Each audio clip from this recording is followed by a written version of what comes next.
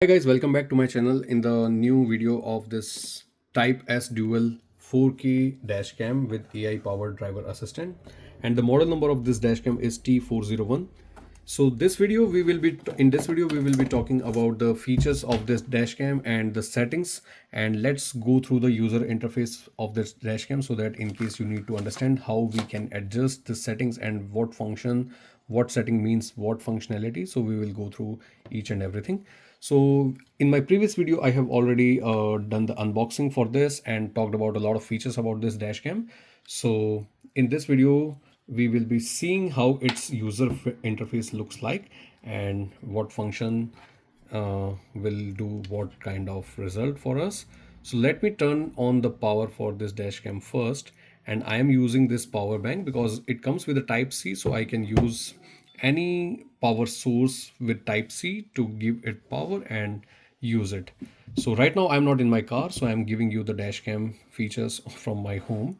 So as soon as it gets powered on, first it shows the name of the dashcam, this that is type S, and the recording automatically starts. So when you see on the display here on the top left corner, there is a red blinking LED or the red blinking light which comes and goes. So that means the recording is right now started and the camera is recording from both of these cameras. And just after 30 seconds, the screensaver comes. So the screensaver right now is set for the time and date, which is showing the current time and the date for today. So you can definitely increase the screensaver timing, whatever time suits for you. So let's try to go into this dashcam. So here here on the bottom you see there are 5 buttons, and each button on the top also you see some white color like lights or some dots are here which represent each button. And here for each button you can see there's first is the microphone. If you don't want to record the audio, you press this button and the mic will be muted, I think, and it will not record the audio. On the top you can see there's a mic button, so if you press this button the mic get crossed, like the mic is now not recording the audio, just the video is being recorded. And if you want again the mic should also record the audio, press it one more, the mic is now recording the audio also. The second button denotes the features, or let's say it records the angle or the view from each camera. So right now it's set into 2:1. So 2 means the interior camera and 1 is the front camera.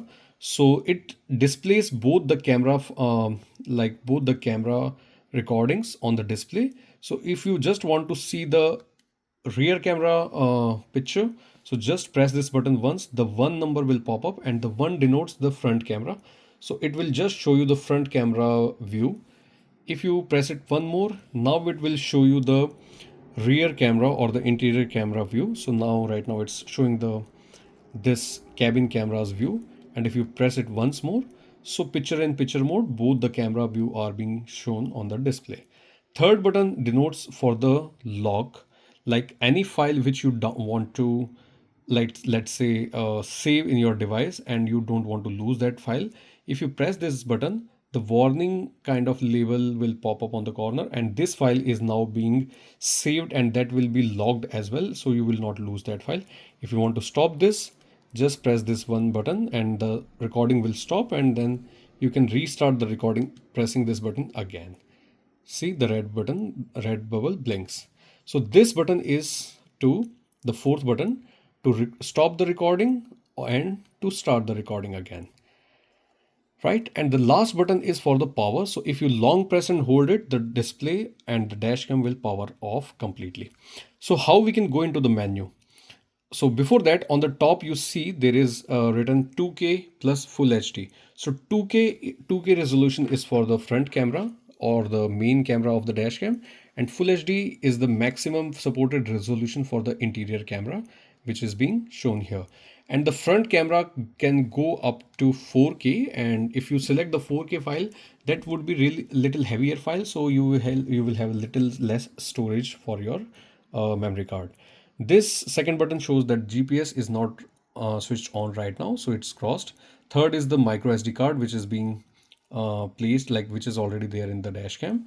This G button means you can see there's G and there are few three more LEDs, and two are in green, one is in white. So that denotes the sensitivity of the G sensor, which is set on mild, I think medium right now. So if there is in any case there is an impact or any collision or any sudden stoppage of the vehicle, and the G sensor records that there is a sudden jerk in the movement, so it will save that file and keep that file logged, so you will not lose that file. The fourth button is, as I said, the mic, and there is a Wi-Fi button which is not right now switched on, that is off. So if we want to jump into the menu of the dash cam, so what we have to do is first we have to stop the recording. To stop the recording, you just press this button once. It says the recording has been stopped, and now you will see the first button shows the menu option. So now you press the menu option. Now you can see that we are in the menu of this dash cam, and this is all the user interface. You can select this first button to go back, this second and third button to toggle between these options, third button to go into that particular setting or activate that option, and the last button to power off. So if we go into the first option, driver assistant, let's see what's in there. So it gives you lane departure warning. If you go in again, it's right now switched on. You can switch it off also. Lane departure, it will, I think, if you are driving into a lane and you suddenly change the lane, it will give you some audio notification or some alerts. Second is the stop and go. If you go into the settings, you can turn it on or off. The third is the pedestrian warning. You can turn it on or off. Suddenly, if somebody comes in front of the car, it will give you a beep alert.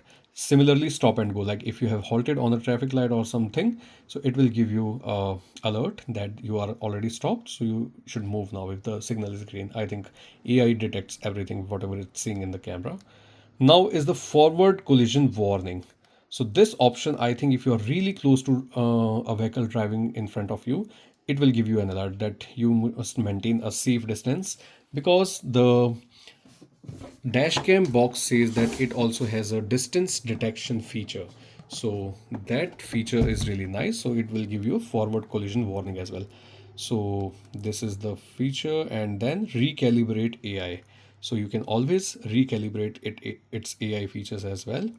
So now the second option of the setting is the video setting. If we go into it, the resolution which you can select is either 4K plus full HD. 4K would be the front video.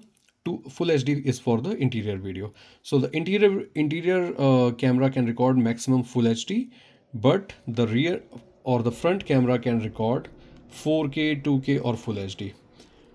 And this will have the highest like it will require the highest storage capacity from your memory card.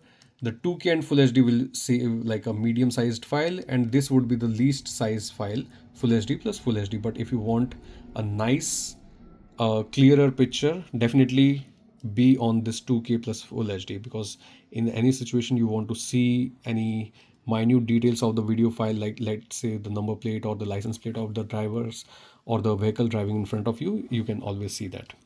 All right, so the next option is the loop recording. If you go into it, the loop recording means that any file which would be saved for this during the time of recording, so every file would be either of 5 minutes, 3 minutes or 1 minute. So after each file is being recorded, a new file will come, and this way a lot of files would be saved. Like for 5 minutes there would be 20 files, and as soon as the storage capacity is about to run out, the last file which was being recorded will be replaced by a new file. So you can definitely select whichever suits you, like a 5 minute file, 3 minute or 1 minute.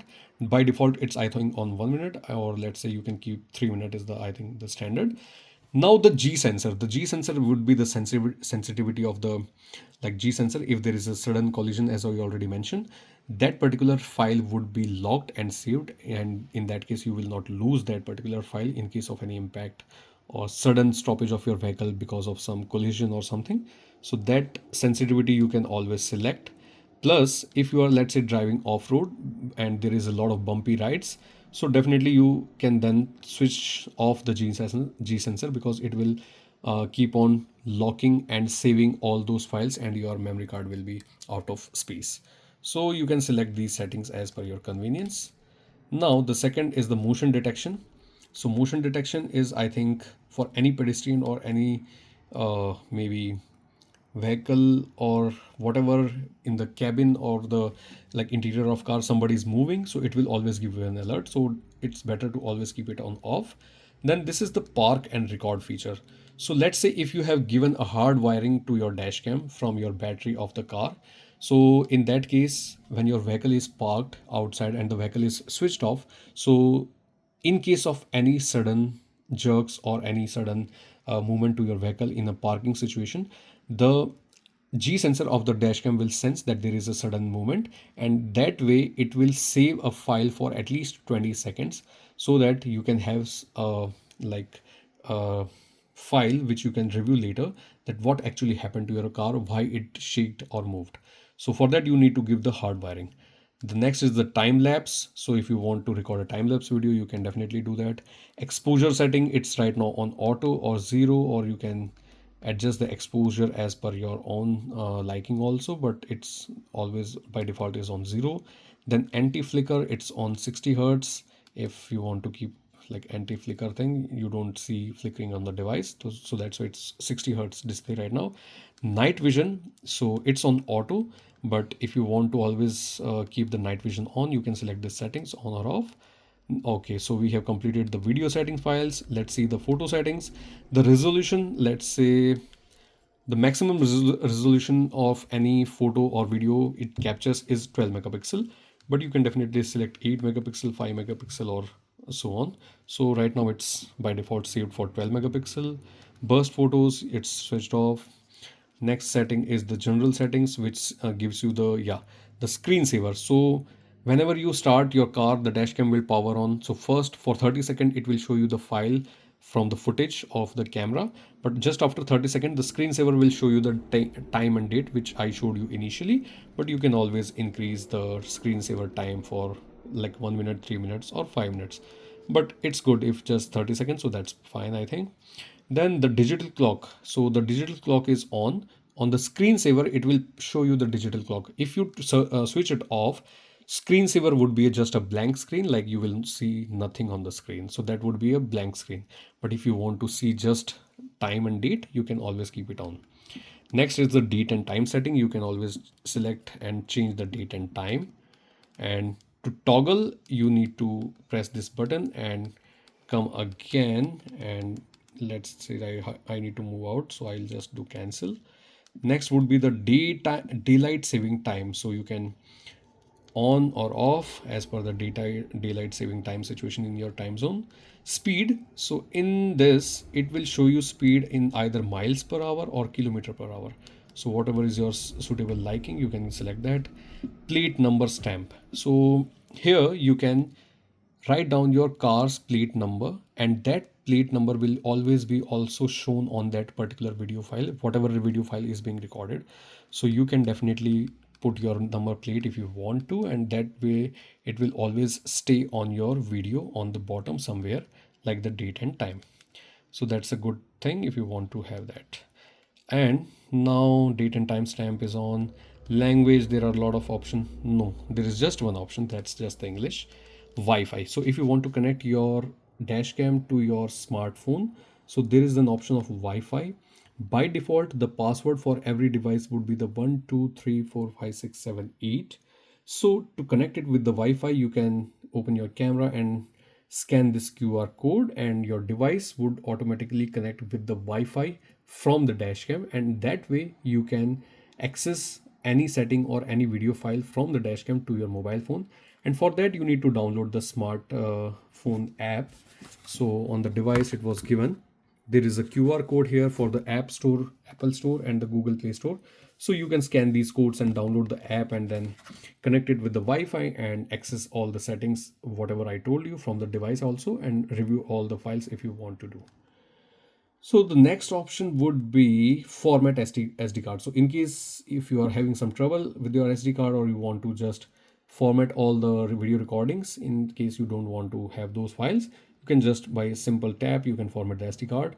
Reset to default, so any setting you want to reset, that you can do. Device information is all the firmware updates and the model number of the device. Then we have regulatory info and like that. So this was okay. The next setting would be the audio. So if you want to for any keypad tone if you want to switch on or off. So let's say we turn on. So now it gives a keypad tone. So that's nice touch. I think let's keep it on. Startup tone is on if you want. Anytime it boots up, it will give you a sound. Record on your audio is on. Audio alerts are on. Volume level is on low. Let's say on high. Okay. I like that sound. And then these were all the settings about the audio. The next would be driver assistant. Okay, so now we have completed all the settings and everything from the dash cam. And I have seen a lot of dash cam. So before this, I was using a Atomi dash cam, for which I also gave the complete user interface review and how we should use it, whatever settings are there. So now I have made a new video for this dash cam, and it has ton of features. So for this dashcam, if you have any type of question, just comment down below. I will try to answer all your queries. And this dashcam is available in the Costco for a price of roughly 100 or 120 sometimes. But if you're lucky, sometime you can get a deal. And I got this dashcam for a price of, I think, just $90. You can see my dashcam just costed me $90. It's 87.97. With tax is like 95. So for $95 price, this dashcam is a really nice and built really solid. And I like how they have given so many features and AI features also now in this dashcam. And I'm looking forward to use it. So thank you so much for watching till here. And if you have any questions, just comment down below, and see you in next video. Take care. Bye bye.